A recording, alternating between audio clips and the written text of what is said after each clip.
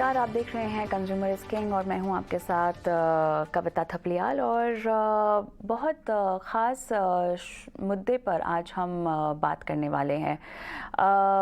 हर किसी का अपना सपना होता है अपना घर बनाने का, और इसके लिए लोग बहुत तगड़ी प्लानिंग भी करते हैं ताकि उनका जो घर का सपना है वो साकार हो।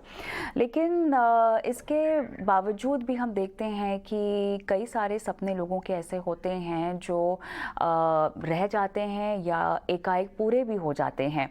और कोरोना के बाद हमने ख़ास तौर से देखा है कि अचानक लोगों ने इस सपने यानी अपने घर को बनाने के सपने को लेकर तेज़ी से दौड़ लगानी शुरू कर दी है। चाहे महंगाई यहाँ पर बढ़ती हुई हमें दिखाई दे रही हो, उसके बावजूद लोगों का घर खरीदने का जो जुनून है वो कम होने का नाम नहीं ले रहा। बड़े शहरों के लोग हों या फिर छोटे शहरों के लोगों ने घर खरीदने को अपना सपना बना लिया। और हैरानी वाली बात यहाँ पर यह है कि बढ़ती महंगाई और होम लोन की दरों के बीच लोग महंगे और लग्जरी घर खरीदने में दिलचस्पी दिखा रहे हैं।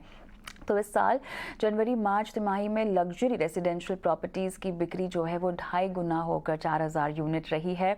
आपको बता दें कि 4 करोड़ रुपए से अधिक मूल्य की रेजिडेंशियल प्रॉपर्टीज़ लग्जरी की श्रेणी में आती हैं। और CBRI ने एक रिपोर्ट यहाँ पर निकाली है। कहा गया है कि एक साल पहले इसी अवधि में लग्जरी रेजिडेंशियल प्रॉपर्टीज़ की 1600 यूनिट बिकी थी। और आंकड़ों के अनुसार दिल्ली NCR में महंगे मकानों की बिक्री मार्च तिमाही में 3 गुना होकर 1900 यूनिट रही हैं। इस साल पहले इसी दौरान ये आंकड़ा 600 इकाई का था, और ऐसे ही आंकड़े देश भर के तमाम शहरों से आ रहे हैं। इसी पर आज हम बात करेंगे। और महंगे घरों को खरीदने का ट्रेंड जो दिखाई दे रहा है, इसका मतलब क्या है, जानने की कोशिश करेंगे। क्या आने वाले दिनों में जारी रहेगा ये घर खरीदने का ट्रेंड? होम लोन बनने के बावजूद क्यों नहीं घटी रफ्तार? आखिर क्या रियल एस्टेट सेक्टर में आने वाला है बूम? और इसी पर हम बात करेंगे। हमारे पैनलिस्टों से यही सवाल उनके सामने भी रखेंगे। लेकिन चलिए उससे पहले हमारी सहयोगी सुमिता करीर के पास चलते हैं, जो इस रिपोर्ट पे तमाम डिटेल्स हमें दे रही हैं। सुमिता। रिसेशनरी फियर्स के चलते एक सेगमेंट जो काफी स्ट्रांग मोमेंटम मेंटेन किए हुए है वो है luxury segment, luxury housing segment. तो CBRE की एक रिपोर्ट के अकॉर्डिंग लग्जरी हाउसिंग सेगमेंट है, उसने 151% ग्रोथ दर्ज की है ईयर ऑन ईयर इस साल के जनवरी टू मार्च क्वार्टर में, अगर आप उसे कंपेयर करें लास्ट ईयर के जनवरी टू मार्च क्वार्टर में। और ये जो डिमांड मोमेंटम है, सेल्स मोमेंटम जो है, ये बना रहेगा इस पूरे साल में, ये CBRE का दावा है। अब देख लेते हैं ज्योग्राफीज के केस में दिल्ली NCR है जिसने सबसे ज्यादा ग्रोथ दर्ज की है इन टर्म्स ऑफ कितने यूनिट्स बिके। 216% ग्रोथ इन क्वार्टर 1 ऑफ 2023 अगर आप उसे कंपेयर करें क्वार्टर 1 ऑफ 2022 से। उसके बाद मुंबई, हैदराबाद, कोलकाता और पुणे भी, इन सारी ज्योग्राफीज ने काफी स्ट्रॉन्ग ग्रोथ रजिस्टर की है। तो ये किसको एट्रीब्यूट किया जा सकता है? CBRE के अकॉर्डिंग ये एट्रीब्यूट किया जा सकता है पेंडेमिक को, जिसके बाद एक अपटिक दिखा ओनरशिप ऑफ लग्जरी हाउसिंग में, क्योंकि लोगों को ज्यादा एमिनिटीज वाले घर चाहिए थे, लार्जर स्पेसेस चाहिए थी और होम ओनरशिप। और ये सेगमेंट में ग्रोथ बनी रहेगी क्योंकि लोगों को ज्यादा से ज्यादा लोगों के दिमाग में ये आ रहा है कि उन्हें घर खरीदना है, उन्हें होम ओनरशिप चाहिए। बाकी जो रेजिडेंशियल आउटलुक है उसमें स्ट्रॉन्ग सेल्स का जो है एक प्रोजेक्शन है, स्ट्रॉन्ग सेल्स और लॉन्च मोमेंटम बना रहेगा फर्स्ट हाफ ऑफ 2023 में। बीच में थोड़ा सा टेपर ऑफ होगा डिमांड और सेल्स, बट उसके बाद फेस्टिव डिमांड आते आते, फेस्टिव सीजन आते आते वो दोबारा से पिकअप हो जाएगी। दूसरा इंपॉर्टेंट चीज है कि जो 1.5 करोड़ एंड अबव के प्रोजेक्ट्स हैं वो जो होंगे वो ट्रैक्शन उनमें देखने को मिलेगा। और लास्टली ये डिमांड इसलिए भी बनी रहेगी क्योंकि जो डेवलपर्स है अब टियर 2 सिटीज में भी जा रहे हैं, तो वहां पे काफी ज्यादा नंबर के जॉइंट वेंचर्स आपको देखने को मिलेंगे और जो डिमांड मोमेंटम है इस सेगमेंट में वो बना रहेगा। चलिए सुमिता, और इसी के साथ अब जुड़ते हैं हमारे आज के मेहमानों से भी। Doctor Harshal Sawla, head statistics and research CREDAI MCHI, Sunny Bijlani, MD supreme universal, Pankaj Kapoor founder and MD इलियासिस फराज, आप सभी का स्वागत है। डॉक्टर हर्षल, आपके पास आऊँगी सबसे पहले क्योंकि जानना ज़रूरी होगा कि जो ट्रेंड हमें देखने को मिल रहा है, वैसे जब हम लग्जरी क्लास की बात करते हैं तो महंगाई और बढ़ती ब्याज दरों का पिन शायद ही इस सोसाइटी की क्लास को लगे और इसीलिए शायद इन्हें लग्जरी भी कहा जाता है। बहरहाल एकाएक क्या हम कह सकते हैं कि इसमें बूम दिखाई दिया है और डिमांड बढ़ी है, या इसके पीछे हम एक बहुत लंबा ट्रेंड है जो शायद मिस कर गए थे और अब वो नोटिस हो रहा है? Thank you. तो इसमें पैंडमिक के बाद ही एक बुल साइकिल शुरू हो गई थी और ये उसी बुल साइकिल का कंटिन्यूएशन को दर्शाता हुआ ट्रेंड है और मेरे हिसाब से ये और भी आगे कंटिन्यू रहेगी, कंसिस्टेंसी रहेगी। ऑलमोस्ट 75% जो सेल्स हुए हैं ये लग्जरी में, वो आए हैं मुंबई और दिल्ली से, एनसीआर से। और मेरे हिसाब से ये ट्रेंड कंटिन्यू रहेगी। ये अब शुरुआत हुई है इसकी बहुत अच्छी खाली। पंकज जी, ये बताएं हमें, जब हम लग्जरी सेगमेंट की डिमांड की बात कर रहे हैं, वैसे कुछ चीज़ें तो हमारे सहयोगी ने अपने लिंक में बताई है, लेकिन स्पेसिफिकली किन एरियाज़ और उनके टिकट प्राइस की हम बात कर रहे हैं? मुझसे क्वेश्चन पूछ रहा है? जी। या सो इनफैक्ट लग्जरी सेगमेंट अगर आप देख लीजिए तो जैसे हर्षुल ने बोला कि मुंबई और दिल्ली एक मेजर मार्केट है जहाँ पे आपके प्राइस पॉइंट्स भी बड़े हैं और उसकी वजह से लग्जरी हाउसिंग का जो मार्केट है वो भी सबसे बड़ा मार्केट यही दोनों शहरों में है। इसके बाद अगर आप देख लीजिए तो हैदराबाद और बैंगलोर आता है।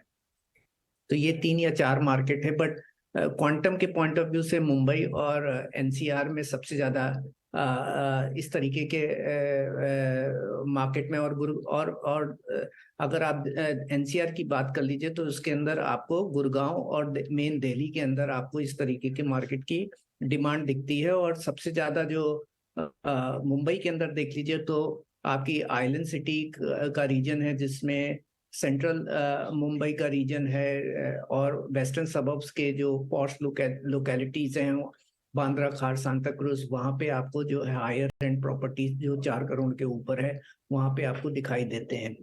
लेकिन आप का जो पॉइंट ऑफ व्यू है कि भाई इस पीरियड में ये इतनी ज्यादा ग्रोथ क्यों हुई, और उसका एक मेजर रीजन है कि 2016 से अगर हम देख लीजिए तो एक टाइम करेक्शन था प्रॉपर्टी प्राइजेस के अंदर, और पेंडेमिक के पीरियड में जिस तरीके का एक मोमेंटम मार्केट में आया क्योंकि बहुत सारे डेवलपर्स और सेकेंडरी मार्केट का जो मार्केट में जो सप्लाई पड़ी हुई थी वो मेन स्ट्रीम में आई और एक सस्ते लेवल पे आई, और उसकी वजह से बहुत सारे ग्राहक वो बाहर आए और उसके साथ साथ एक उछाल अपग्रेडेशन डिमांड में रही। तो जो लग्जरी सेगमेंट ज्यादातर लोग जो खरीदते हैं वो अपने छोटे घर को बेच करके एक बड़ा घर में मूव करने की कोशिश करते हैं, और इसमें वो लोकेशन में भी अपग्रेडेशन करते हैं और साथ में साइज में भी अपग्रेडेशन करते हैं। इसको देखते हुए आपको एक तेजी दिखाई दी, और यहाँ से सिंस प्राइसेस बढ़ना चालू हो गए हैं, अगर आप सारे शहरों में देख लीजिए, अगर आप गुड़गांव में भी देख लीजिए तो 12 से 15% YOY लेवल के ऊपर आपको प्राइसेस बढ़ते हुए दिखाई देते हैं। कुछ एक माइक्रो मार्केट में बहुत ज्यादा तेजी दिखाई दी है। तो इसको देखते हुए कि एक पीरियड था जहां 2016 से लेकर के 2020-22 तक के पीरियड के अंदर जिस तरीके की प्राइस करेक्शन और स्टैग्नेंसी थी, उसके बाद जो प्राइस की पैरिटी आई कि एक बड़ा फेयर लेवल का प्राइस आ गया और उसके बाद से अब प्राइस ऊपर जाने लगा है, तो उसको देखते ही एक रिन्यूड इंटरेस्ट जो है घर खरीदारों का आ रहा है जो इस पीरियड को मिस नहीं करना चाहते, और यही कारण है कि आपको लग्जरी सेगमेंट में तेजी होती हुई दिखाई दे रही।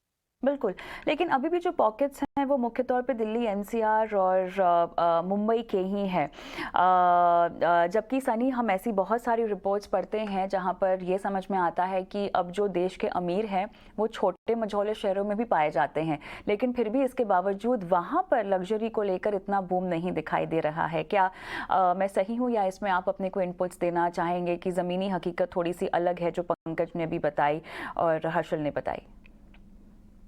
टीयर 2 सिटीज में हमारे देश में काफी शहरों में बंगलो कल्चर है। वहाँ पे लैंड इजीली अवेलेबल है, पूरा डेवलपमेंट वहाँ पे हॉरिजॉन्टल है। तो खुद का घर बनाना, खुद की जमीन खरीदना फेयरली इजी है वहाँ पे, क्योंकि जमीन की अवेलेबिलिटी है। एनसीआर, बॉम्बे जैसे शहरों में जमीन की अवेलेबिलिटी इतनी इजी नहीं है और लैंड प्राइसेस भी काफी ज्यादा है। तो vertical development is what is ज्यादा देखने को मिलता है बॉम्बे में। बट टीयर 2 सिटीज में अगर आप मेरी राय पूछो तो अवेलेबिलिटी और ऑफ डिमांड की कोई कमी नहीं है। वहाँ पे सप्लाई के इश्यूज है ज्यादातर। वहाँ पे अगर आप सप्लाई देखो तो मास हाउसिंग का ज्यादा डेवलपमेंट चलता है। तो अगर आप कोई भी मार्केट में, जैसे आप हैदराबाद ले लो, आप बैंगलोर ले लो, वहाँ पे अगर आप देखो जो हाई एंड डेवलपमेंट हुए हैं उसका अगर आप ऑफ टेक देखो तो the offtake of that also has been very good. उस शहरों में भी हाई एंड के डेवलपमेंट्स में बहुत अच्छी बिक्री हुई है। हम लोग पुणे में भी काम करते हैं एंड वहाँ पे हमने इनफैक्ट 2009 से हम 3 और 4 बेड के डेवलपमेंट्स की सप्लाई लॉन्च की है हमने। और हमने लास्ट दो सालों में उस प्रीमियम सेगमेंट में भी प्राइस अप्रिसिएशन भी देखा है और वेलोसिटी अप्रिसिएशन भी देखा है। तो मेरे हिसाब से आप का जो सवाल है, डिमांड की कोई कमी नहीं है, मेरे हिसाब से क्वालिटी सप्लाई की कमी है। क्वालिटी और सप्लाई की कमी है और डिमांड यहाँ पर बढ़ती हुई दिखाई दे रही है। बड़ा सवाल यहाँ पर यही है कि ये डिमांड आगे क्या टिकाऊ देगी, टिकाऊ दिखाई दे रही है पंकज जी, क्योंकि अलग अलग सेगमेंट्स में हम देख रहे हैं कि रियल एस्टेट में अब डिमांड उमड़ कर आ रही है। कोविड ख़त्म होते होते हमने कहा कि ये एक पेंट अप डिमांड है, वर्क फ्रॉम होम का एक कल्चर शुरू हुआ, लेकिन उसके बावजूद भी कुछ चुनिंदा डिमांड है जो बढ़ती हुई दिखाई दे रही है। क्या लग्जरी हाउसिंग की डिमांड उसमें से है? और जिस तरह से डिमांड बढ़ रही है और जो सप्लाई कंस्ट्रेन है, क्या ये कभी मैचअप हो पाएगा अगर ऐसी डिमांड है तो? देखिए, सप्लाई का मुझे कंस्ट्रेंट्स बिल्कुल नहीं दिखता है। हम एक हाउसिंग शॉर्टेज कंट्री है, तो हमारे यहाँ पर सप्लाई जो है हमेशा नाकाफी है। हालांकि अगर हम देखें तो हमारे न्यू लॉन्चेस जो है इस पीरियड में पिछले 1 साल के अंदर वो सेल्स से ज्यादा आए, जिसकी वजह से आपका अनसोल्ड स्टॉक्स भी बढ़ गया। लेकिन उसके साथ साथ सेल्स में भी ग्रोथ दिखाई दी। और सेल्स की ग्रोथ का सबसे बड़ा कारण क्या है कि हमारी प्राइस की पैरिटी है। हमारे पास कभी डिमांड की डर नहीं थी, केवल जब प्राइस अनअफोर्डेबल हो जाता है तब ये प्रॉब्लम चालू होती है। इंटरेस्ट रेट की भी बात जो हुई, जिसकी वजह से जो ईएमआई महंगी हो गई। आज भी ईएमआई में जो इम्प्रूवमेंट, जो महंगाई बढ़ी वो करीब 15% के ऊपर हुई, जिसमें 200 बेसिस पॉइंट से इंटरेस्ट रेट बढ़ने से करीब 15% आपके ईएमआई बढ़ गए, प्रॉपर्टी प्राइसेस भी बढ़ गए। लेकिन आप इसको परचेजिंग पावर पैरिटी के साथ अगर मैप करके देखेंगे तो अगर प्रॉपर्टी प्राइसेस 2016 से 2020 और 22 तक नहीं बढ़े थे तो उसके अंदर करीब 40-50% का करेक्शन आ चुका था। इस पीरियड में लोगों की इनकम बढ़ी थी। तो जब हम ये देख रहे हैं कि not only luxury segment but सारे सेगमेंट के अंदर आपको सबसे ज्यादा ग्रोथ दिख रही है, एक्सेप्ट अफोर्डेबल सेगमेंट और जो 30 लाख से छोटे वाले घर हैं, वहां पे थोड़ा सा इम्पैक्ट इंटरेस्ट रेट्स का दिखाई दिया।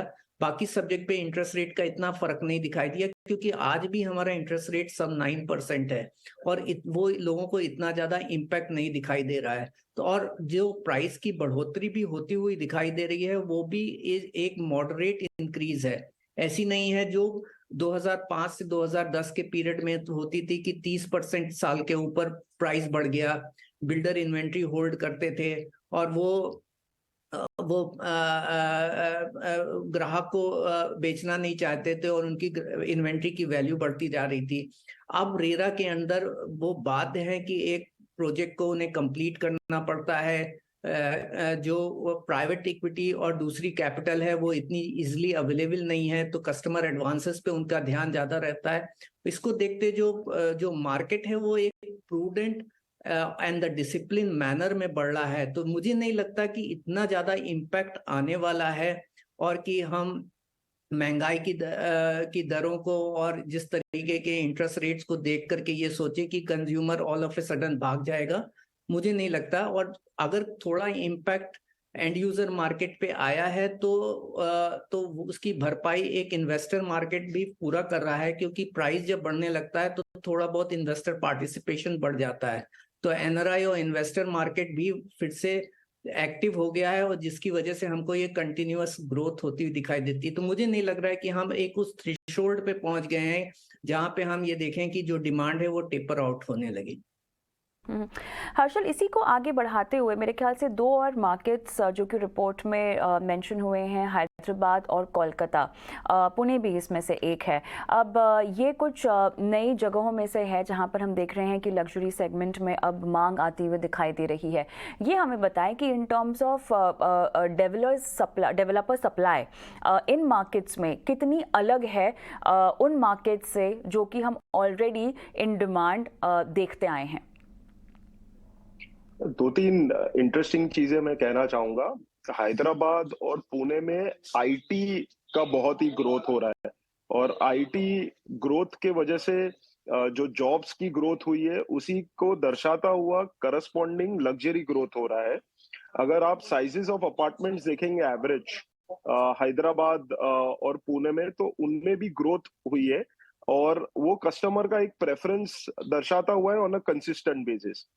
एक दूसरी इंटरेस्टिंग चीज कहूंगा कि हैदराबाद में कोई भी एफएसआई की लिमिट नहीं है। तो आज कोई भी बड़े शहर में मुंबई हो, पुणे हो, कोलकाता हो, वहां पे डेवलपमेंट रूल्स में एक रिस्ट्रिक्शन होता है कि किसी भी जमीन पे कितना आप सप्लाई ला सकते हो। हैदराबाद में वो किसी भी प्रकार का वैसा रिस्ट्रिक्शन उनके नियम में नहीं है। उसके बावजूद, और उधर जमीन की भी कमी नहीं है। पूना आज इंडिया का सबसे बड़ा लोकल बॉडी है, सबसे बड़ा म्यूनिसिपैलिटी है, और उनका लैंड मास और एरिया मास से ये दोनों मार्केट्स में जमीन की कमी न होने के बावजूद इतना स्ट्रॉन्ग डिमांड होना और कंटिन्यूस सप्लाई जो आ रहा है वो अब्सॉर्ब भी होते जा रहा है, और वो काफी क्वालिटी सप्लाई हो रहा है। वो कहीं तो इंडिया की ग्रोथ स्टोरी को भी दर्शाता है। तो जहां पे सारी विश्व में रिसेशन की बातें चल रही है, सारे विश्व में एक डी ग्रोथ की बात चल रही है, इंडिया का आईटी, इंडिया का मैन्युफैक्चरिंग ग्रोथ इस स्ट्रॉन्ग डिमांड को दर्शाता है। और जो हम ये जिसे कहते हैं नॉट द फ्रंट लाइन, तीन सिटीज जो हमारे दिमाग में आती है, मुंबई, दिल्ली, बैंगलोर, उसको छोड़ के अब पुणे, हैदराबाद और कोलकाता, ये भी इक्वली कंट्रीब्यूट कर रही है इस ग्रोथ स्टोरी को। तो ये दर्शाता है एक होलिस्टिक ग्रोथ जो नेशन वाइड हो रहा है, और ये बहुत ही गर्व की बात है। बिल्कुल। सनी, यहाँ पर ये बताएं कि अब जो नया लग्जरी का खरीदार आ रहा है, उनका नज़रिया क्या है? एक जो मांगे होती हैं लोगों की, जो एक्सपेक्टेशन होती हैं, जो लग्जरी क्लास को बिलोंग करते हैं, उसमें अगर मैं आपसे नयापन जानना चाहूँ, जो ये नए तरह के खरीदार हैं जो शायद आपने पोस्ट पैंडेमिक या पैंडेमिक के दौरान आपने देखे हो, उनसे आप रूबरू हुए हो, तो क्या खास है, क्या अलग है उनके डिमांड में? आज जो सॉरी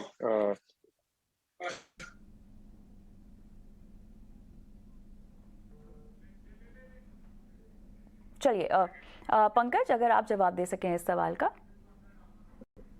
देखिए, एक स्पेस की रिक्वायरमेंट जो है वो आ गई। पेंडेमिक ने ये बताया कि हमें एक बड़े घर की जरूरत पड़ती है, एक ऐसा घर जिसमें जो है हमारा लाइफ प्रॉपरली जो है अनफोल्ड हो जाए। थोड़ा वर्क फ्रॉम होम कल्चर भी जो चालू हुआ है, तो उसके लिए एडिशनल स्पेस जो ऑफिस की तरीके से काम करे वो आ जाए। और साथ में अगर आप देखेंगे कि जो पहले 1 BHK एक ट्रेंड था 2010 के बाद जो चालू हुआ, मोस्ट ऑफ द सिटीज में कॉस्ट कम करने के लिए बिल्डर ने साइजेस कम करने चालू कर दिए थे। 1 BHK, 2 BHK, 3 BHK के साइजेस श्रिंक हो रहे थे। उसके बाद पेंडेमिक के बाद ये आया, जब रियलाइजेशन हुआ, तो अब हम देख रहे हैं इसमें रिवर्सल ट्रेंड भी चालू हो गया। तो ये जरूर बताता है कि भाई पेंडेमिक ने लोगों की डिमांड शिफ्ट की, और उसको देखते देखते बिल्डर्स ने अपने सप्लाई के अंदर भी जो चेंजेस लेके आए वो आपको दिखाई देते हैं। एक सबसे बड़ा ये एक रीजन है। और दूसरा ये है कि जो सिलेक्शन है प्रॉपर्टी का, वो लोकेशन बेस्ड है, प्रोडक्ट बेस है, और साथ में अगर आप देख लीजिए तो बिल्डर के रेपुटेशन के बेस पे भी है। जो इस तरीके की हमारा जो डेटा दिखा रहा है, इसको अगर हम एनालाइज करें कि लग्जरी सेगमेंट में इतनी तेजी क्यों आई, क्योंकि कुछ एक ए ग्रेड डेवलपर्स ने जो है कुछ अच्छी सप्लाई लेकर के मार्केट में आए और उसमें ट्रैक्शन आया, जिसमें डीएलएफ जैसे एक प्रोजेक्ट दिल्ली एनसीआर के अंदर था जिसमें 700 ऑड यूनिट्स एक क्वार्टर में बिक गए, और उसकी वजह से आपको इस तरीके का इम्पैक्ट दिखाई दिया। लेकिन हम फिर भी देखें कि हम लग्जरी के ऊपर बहुत बात कर रहे हैं। लग्जरी सेगमेंट ओवरऑल मार्केट का करीब 7 से 8% होता है, और अगर आप 4 करोड़ के ऊपर के मार्केट को देख लीजिए तो ओवरऑल मार्केट का 4 या 5% ही ये मार्केट होता है। लेकिन इसके बावजूद जो आपका मिड सेगमेंट, अफोर्डेबल सेगमेंट और between mid and the luxury segment, जो 1.5 करोड़ से लेकर के 4 करोड़ रुपए का भी सेगमेंट है, इसके अंदर भी आपको कंटिन्यूअस जो है ग्रोथ दिखाई दी है, accept in the segment of 30 lakhs and below, जो जहां पे आपको ब्याज दरों ने सबसे ज्यादा इम्पैक्ट किया, उसको छोड़ करके बाकी सारे जो सेगमेंट है वहां आपको तेजी दिखाई दी है। तो ये बताता है कि एक होलिस्टिक ग्रोथ है, और ये ग्रोथ प्रूडेंस प्राइजेस के बेसिस पे आई है, और अफोर्डेबिलिटी के और प्राइजेस की पैरिटी की वजह से आई। और दूसरी बात है, सप्लाई भी हमारी बढ़ रही है, तो बिल्डर्स के ऑफर्स भी आ रहे हैं, फाइनेंशियल स्कीम्स भी ऑफर कर रहे हैं। तो ये एक बायर्स मार्केट है, और बायर इसको एक्सप्लॉइट कर रहे हैं कंडीशंस को। नहीं, तो बायर्स मार्केट है, लेकिन बायर्स इसका फ़ायदा भी उठा रहे हैं, लेकिन इसका फ़ायदा डेवलपर्स कैसे उठाएंगे? सनी, आने वाले वक्त में क्या लग्जरी सेगमेंट में कीमतें और बढ़ेंगी डिमांड को ध्यान में रखते हुए? क्या कहेंगे आप? मेरे हिसाब से ये माइक्रो मार्केट स्पेसिफिक डिमांड है, और हर माइक्रो मार्केट का फंडामेंटल अलग है। कुछ मार्केट्स ऐसे हैं जहाँ पे शायद सप्लाई ज़रूरत से ज़्यादा बढ़े, वहाँ पे शायद प्राइसेस इतने नहीं बढ़ेंगे। बट कुछ मार्केट्स ऐसे हैं जहाँ पे सप्लाई कंस्ट्रेंट रहेगा अगले 1-2-3 साल तक, वहाँ पे प्राइस ज़्यादा बढ़ेंगे। बट एक चीज़ सर्टेन है कि सेल वेलोसिटी डायरेक्शनली एक पॉजिटिव डायरेक्शन में है, और वेलोसिटी कम नहीं होगी। तो ऐसा हो सकता है कि शायद इन सम माइक्रो मार्केट्स बहुत ज़्यादा प्राइस अप्रिसिएशन नहीं हो, बट कुछ माइक्रो मार्केट्स में कुछ ज़्यादा अप्रिसिएशन हो प्राइसेस में। तो हर्षल, अगर आपको मेरी आवाज़ आ रही है, एक लग्जरी मार्केट का सेगमेंट है और एक अफोर्डेबल सेगमेंट है। डिमांड शायद लग्जरी में ज़्यादा दिखाई दे रही है फिलहाल अफोर्डेबल के मुकाबले। ये ट्रेंड किस चीज़ को दर्शाता है पूरे सेक्टर के लिहाज से, अगर मुझे सिनेरियो समझना हो तो? इसमें 3 प्रकार की सेगमेंट की जा सकती है। एक जो अफोर्डेबल जिसे हम कहते हैं नॉर्मल तरह के से, दूसरी जो एक मिड इनकम सेगमेंट जिसे हम कहते हैं, और तीसरी है जो हाई एंड सेगमेंट है या लग्जरी सेगमेंट है। एक नोटवर्दी चीज है, ऑलमोस्ट 45% सेल्स और बिक्री जो हुई है वो मिड सेगमेंट में हुई है, और 20% से 25% बिक्री जो हुई है वो लग्जरी सेगमेंट में हुई है। अब लग्जरी सेगमेंट की जो बिक्री होती है वो काफी हाई वैल्यू होती है, और 25% कंट्रीब्यूशन सेल्स का एक बहुत ही बड़ा नंबर होता है। तो ये ट्रेंड बहुत ही हेल्दी है। 5 या 10 साल पहले एक नैनो हाउसिंग का ट्रेंड शुरू हो गया था, जहाँ पे सभी डेवलपर्स और कस्टमर्स की डिमांड थी कि बजट हाउसिंग बने। फोकस टिकट साइज पे था, रूम साइज पे नहीं था। अब ये फोकस शिफ्ट हो रहा है टिकट साइज से रूम साइज पे, जो बहुत ही हेल्दी है, क्योंकि इसमें स्टैंडर्ड ऑफ लिविंग बढ़ता है कंज्यूमर का। और मुझे लगता है कहीं तो ये पैंडेमिक के बाद कस्टमर को ये रियलाइज हुआ है कि सिर्फ बजट पे ध्यान नहीं देना चाहिए, क्योंकि हम जो घर खरीदते हैं वो 20 या 25 साल के लिए मिनिमम हम उसमें रहते हैं, और हमारी ये मेंटल वेलबीइंग के लिए, हमारी हेल्थ के लिए, सेफ्टी के लिए ये बहुत ही आवश्यक चीज है। और उसमें ज्यादा से ज्यादा साइज होने में जो सुविधाएं हमें महसूस होती है, वो मुझे लगता है कहीं तो ये ट्रेंड दर्शा रहा है, और ये कंटिन्यू रहेगा, ये मेरी राय है। पंकज जी, आप क्या कहना चाहेंगे? इनफैक्ट जो सबसे बड़ा जो सेगमेंट है वो आपका मिड सेगमेंट में है। लग्जरी मेरे हिसाब से 10% से नीचे ही आता है, और उसके बाद अफोर्डेबल सेगमेंट रहता है। जिस तरीके की हमारी मार्केट की पॉपुलेशंस है उसका डिस्ट्रीब्यूशन है। लग्जरी सेगमेंट वैल्यू वाइज ज्यादा हो जाता है, जिसमें कम खरीदार होते हैं, लेकिन क्योंकि प्रॉपर्टी की वैल्यू ज्यादा आता है तो वैल्यू के टर्म में आपको थोड़ा स्क्यू होता हुआ मार्केट दिखाई देता है। बट ओवरऑल मार्केट के पॉइंट ऑफ व्यू से मिड सेगमेंट जो है वो मेजर ड्राइवर है रियल एस्टेट सेक्टर का। और मेरे हिसाब से जो है ये इसी पैटर्न्स में कंटिन्यू करेगा। लेकिन मिड सेगमेंट पर तो फिर महंगाई और बढ़ती ब्याज दरें भी आपके लिए कंसर्न होगा Pankaj ji? It is there, but मेरे हिसाब से जो प्राइस और अफोर्डेबिलिटी, अगर आप इंक्रीज जो ब्याज दरें जो बढ़ गई हैं उसके हिसाब से, और प्राइस भी बढ़ गया है, और अगर आप मैप कीजिए 2005 से अभी तक की प्रॉपर्टी प्राइसेस और पीपल की इनकम को, तो आज भी मैं देखता हूं कि गैप इतना बड़ा नहीं है कि वो अलार्मिंग लगे। और मुझे लगता है कि क्योंकि इन्फ्लेशन थोड़ा कंटेन हुआ दिखाई देता है, आरबीआई ने इसको इस क्वार्टर में जो ब्याज दरें सेम रखी, तो मुझे लगता है कि अब मुझे आगे चलते हुए फर्दर बढ़ोतरी नहीं दिखाई देती, और क्योंकि ये बढ़ोतरी अगर मार्केट ने एब्जॉर्ब कर ली है तो मुझे नहीं लगता कि इतना ज्यादा इम्पैक्ट आने वाला है डिमांड के ऊपर। ऑलराइट, सनी आप क्या कहेंगे? जैसे सब दूसरे पैनलिस्ट ने कहा है, मेरे राय में डायरेक्शनली मुझे लगता है ये डिमांड बहुत स्टिकी है, और स्पेशली कोविड और पैंडेमिक के बाद सबने ये रियलाइज किया है कि और कुछ हो ना हो, एनुअल हॉलिडे हो ना हो फैमिली की, लेकिन घर होना बहुत जरूरी है। और आपने मुझसे एक सवाल पहले पूछा था, सॉरी कुछ हमारे डेलीगेट आ गए थे तो मैं इस सवाल का जवाब नहीं दे पाया, बट मैं बोलना चाहूंगा कि मैंने पैंडेमिक के बाद बहुत क्लियर शिफ्ट देखा है। जो कस्टमर अगर एक 1000 स्क्वायर फीट का घर खरीदने की ताकत रखता है, उसकी एस्पिरेशन है कि वो 20-30% ज्यादा का घर खरीदे, क्योंकि उसको पता है कि वो घर एक बार खरीदता है और घर खरीदने का टेन्योर एटलीस्ट 15 से 20 साल है। सब सारे बायर्स आज घर का प्लानिंग और घर का जो लेआउट है, रूम के sizes, cross ventilation, light ventilation, वो सब में आज इतने डिटेल में डिस्कशन करना उन्होंने शुरू किया है कि वो आज शायद हमारे लिए बहुत अच्छे डेटा पॉइंट बन गए कि जब home buyers are lot more serious, उनकी आज डिमांड बहुत स्टिकी है। मुझे लगता है अगले 10 साल में our business is going to do, our industry will be doing more business than we have ever done in the history of this business in the country. बिल्कुल, चलिए इसी के साथ चर्चा को यहीं समेटते हैं। तो फिलहाल तो तस्वीर काफ़ी बेहतर दिखाई दे रही है। आने वाले वक्त में अब देखना होगा कि कौन से सेगमेंट में कितनी डिमांड आगे बढ़ती है। बहुत बहुत धन्यवाद आप तीनों का इस खास पेशकश में शामिल होने के लिए। मुझे भी इजाज़त दें, नमस्कार।